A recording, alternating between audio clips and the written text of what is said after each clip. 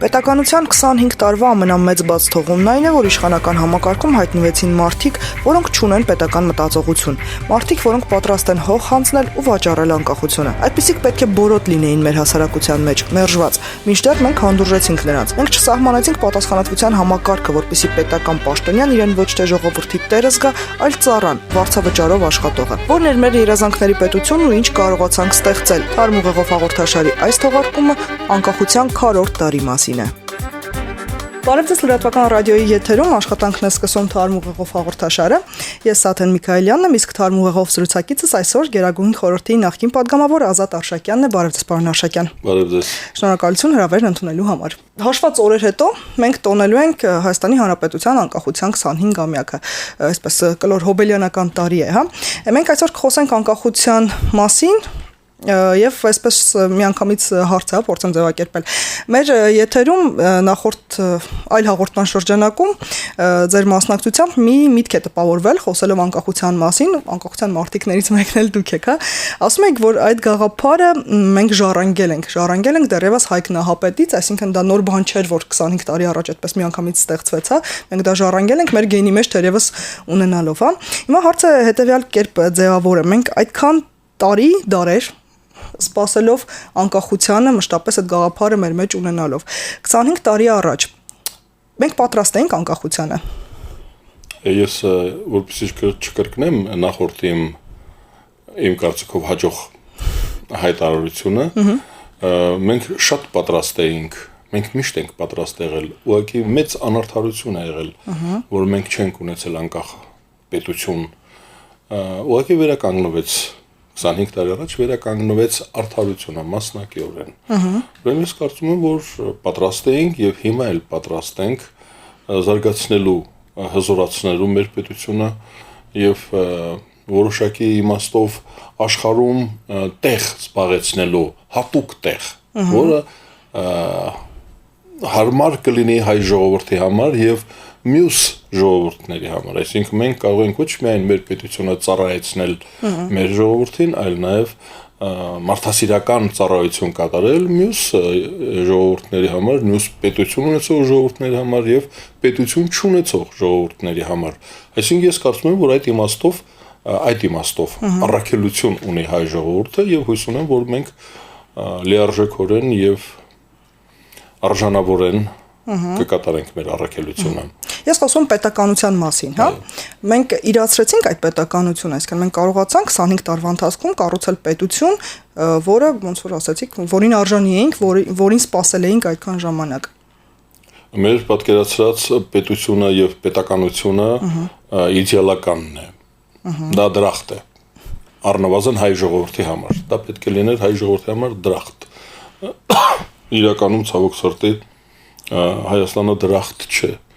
Նույնիսկ կարելի ասել, որ դա հայտնի է, որ ամենավատը հայ ժողովուրդը ապրում է Հայաստանի Հանրապետությունում, այլ համայնքներում, օրինակ Միացյալ Նահանգներում, Ռուսաստանում, ուզում եք ասենք Ֆրանսիայում, եվրոպական, ասիական որևէ երկրում հայկական համայնքն շատ ավելի բարեկեցիկ կյանքով է ապրում, քան թե Հայաստանի Հանրապետությունում։ Նշանակում է այդ իմաստով սա մեր ուզածը չէ։ Բայց ես ուրիշ մոտեցում ունեմ։ Ես կարծում եմ, որ նրանք ովքեր որ ողջունեցին մեր պետականությունը, գաղտնի հույս ունեին, որ եթե նախորդ պետականությունը տևեց 2 տարի, սա կարող է տևել 4 տարի։ Այսինքն հայերը կկորցնեն, հայերը չեն կարող պահել պետություն։ Այդպիսի կարծիք կար, մենք ինքնուրույն չենք կարող ապրել, մենք չենք կարող բանակ ձևավորել, մենք չունենք այդքան արարական սեռի անձնազոհ քաղաքացի, որ կանգնի սահմանի վրա 20 տարի,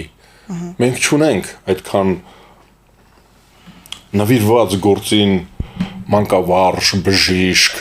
ինժեներ, չգիտեմ, վարորդ, հավաքարար, հացթուղ, չունենք, կհեռանան Հայաստանից, կլքեն Հայաստանը, կլքեն պետականությունը, կլքեն արժանապատվությունը։ Նրանք փորձ ունեին, գիտեին, որ նախորդ պետությունը տևեց 2 տարի։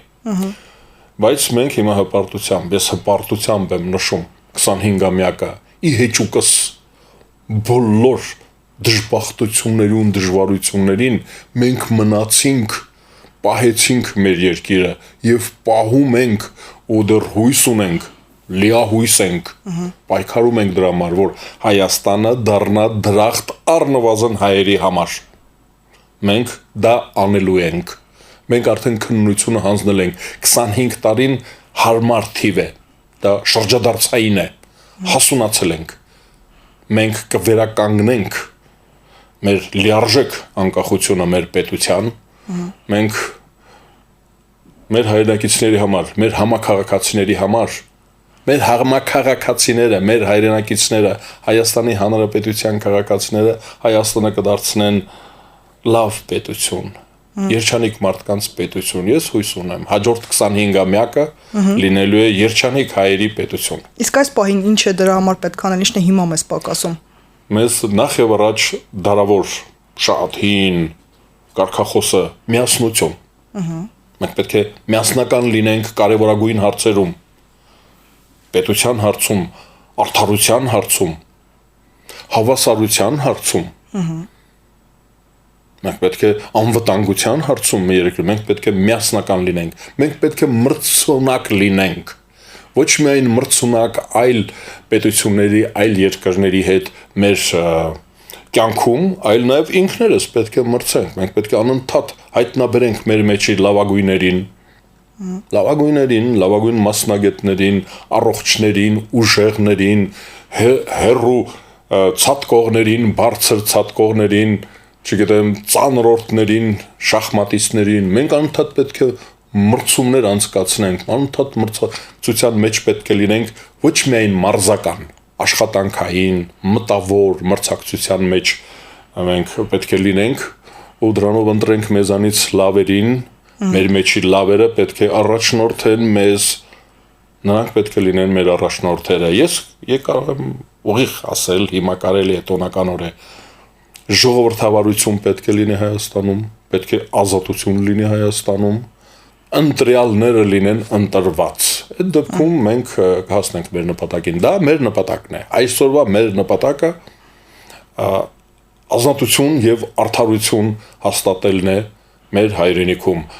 Մյուսները արդեն ինստինկտիվ կստացվեն։ Երկու շատ կարևոր կետի անդրադառնամ ըստ ձեր ասած խոսքի, հա, նախ միասնականությունը։ Մենք տեսանք ամիսներ առաջ, հա, ապրիլյան դեպքերի ժամանակ, մենք տեսանք, որ այդ կրիտիկական պահերին իսկապես մեր ժողովուրդը համախմբվում է։ Մեր ժողովուրդը պատրաստ է լավ, այսպես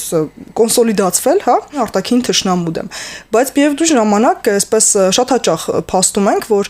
խաղաղ պայմաններում ապրելու գաղափար, կարծես թե որը բոլորիս կհամախմբի, մենք ոնց որ թե չենք գտել այս 25 տարվա ընթացքում։ Ձեզ համար կա այդ գաղափարը, որի ինչի շուրջ պետք է հավաքվենք խաղաղ պայմաններում ապրելու համար։ Մեր առօրյա կյանքում հրաշալի փորձություն էր եւ փորձարկում էր։ Մենք հաստատեցինք այդ քարորյա պատերազմի ժամանակ մենք հաստատեցինք, որ մենք կարող ենք համախմբվել, մենք անձնազոհ, մենք քաջ խիզախ ժողովուրդ ենք։ Դա բացառիկ օրինակներից մեկն է։ Մարդկությունը ունի այդպիսի օրինակներ, շատ ժողովուրդներ ունեն, մենք այդ ժողովուրդների շարքում ենք, անձնազոհ քաջ հայրենասեր ժողովուրդ ենք, մենք համախմբվել գիտենք։ Հիմա ինչն է խանգարում, որպեսզի մենք քաղաքացիական կյանքում նույնպես հաջողակ լինենք։ Այսինքն պատերազմում մենք հաջողակ էինք, մենք հաջող պատերազմ վարեցինք, մենք հաղթեցինք ի վերջո, դա հաղթանակ էր։ Հիմա ինչի չենք կարող հաղթել մենք մեր աղքատությանը, սոցիալական դժվարություններին, տիրող անարդարությունների, ինչն է պատճառը, ինչի ենք մենք հանձնվում։ Ես կարծում եմ, որ ավելի կարևոր մի խնդիր կա, որը մեզ շատ է անհանգստացնում այս տարածքում, աշխարհագրական այս միջավայրում շատ լարված է, գերտերությունները բախվել են մեր տարածքում։ Նրանք իրենց պայքարը տեղափոխել են մեր տարածք։ Նրանք անխիղճ են։ Վանդալիզմ կա, մենք գիտենք, մենք գենոցիդ տեսած ժողովուրդ ենք, մենք գիտենք, թե ինչ նշանակում նրանց պայքարը մեր տարածքում, մենք դրանց զգուշանում ենք, ու այդ ներքին անարդարությունները այսպես ատամները սեղմած, բռունցքները սեղմած մենք հանդուրժում ենք մինչև որ կզգանք անվտանգությունը, կզգանք որ վտանգավոր չի Հայաստանում հարցերը լուծելը։ Այդ ժամանակ մենք մեզ խանգարողներին, ես նրանց համարում եմ դրածոներ, դա նրանց մենք չենք ծնում, քրեա օլիգարխիկ համակարգը հայ մարդու նկարագրից չեն բխում,